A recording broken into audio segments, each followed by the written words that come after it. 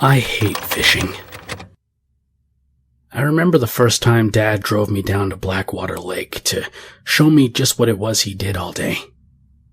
How boring the entire process seemed. Threading the line, picking out a piece of gross-looking bait before sitting there for hours on end, doing absolutely nothing.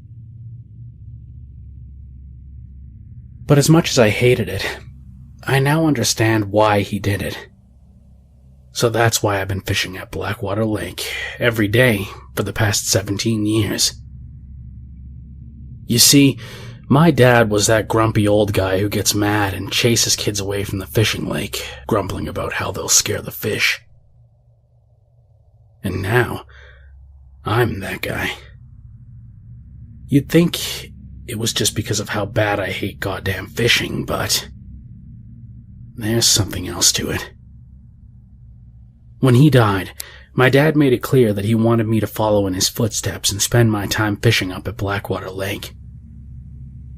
He wouldn't tell me why, only that it was his single, dying wish that I do so. I told him I would. At first, I made a liar of myself. Dad hadn't held down a regular job since he became obsessed with fishing. Growing tired of the financial burden, my mom filed for a divorce not long after. I had no intention of making a hermit of myself like he had, sitting up at that goddamn lake every day and just watching my life slip away from me. So I didn't go. I tossed my dad's old fishing gear into a closet and forgot about it. I told myself it was too soon, that it would be too painful to go back to the old lake so soon after his death. But it was just an excuse. Anything to avoid fishing. But then something happened in our small Rhode Island town. Little Hannah Phillips didn't come home one night. Police began a statewide search. Hannah's mom gave a teary-eyed plea on live TV for Hannah to come home, but she didn't. Her body has never been found. It rocked our small community.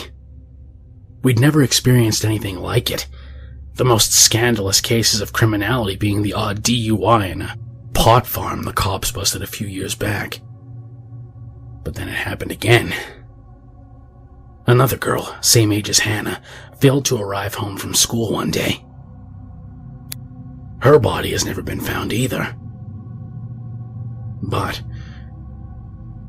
police found her little lilac bicycle, abandoned in the woods, up near Blackwater Lake. I knew what I had to do.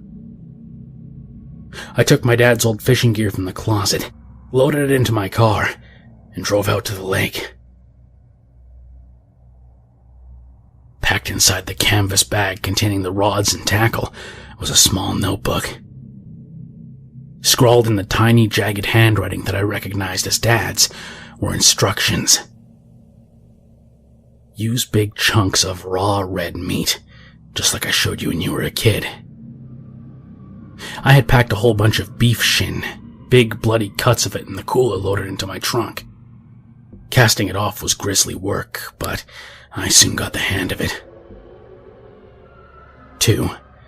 When the bait's in the water, keep real quiet and don't move a muscle. It can't see so good, but it's mean. I sat there in the twilight of the evening, barely even breathing. Nature seemed to encroach around me, the gentle sound of birdsong floating on the breeze. It might have been relaxing if I wasn't completely and utterly terrified. 3. You might never see it, and I pray you never do. But I promise you'll know when it's taken the bait. When it does, just put another piece of meat on the hook and place it back in the water.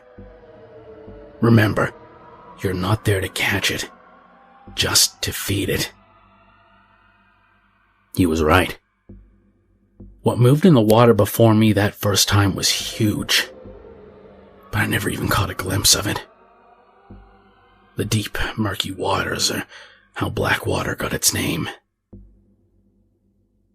But I felt it. I saw the water ripple and shift with the sheer colossal size of the thing as it unhooked the bait and swam away. When it was over, I was shaking so bad I could barely hook another piece. The woods were frigid, sodden, and I'd never been so frightened in my entire life. I wanted to go home. But I didn't. I couldn't. 4. No matter what happens, you have to do this. Every single day. If you don't, terrible things will happen to people in this town. People who don't deserve it. You'll have blood on your hands. It'll be like you killed them yourself.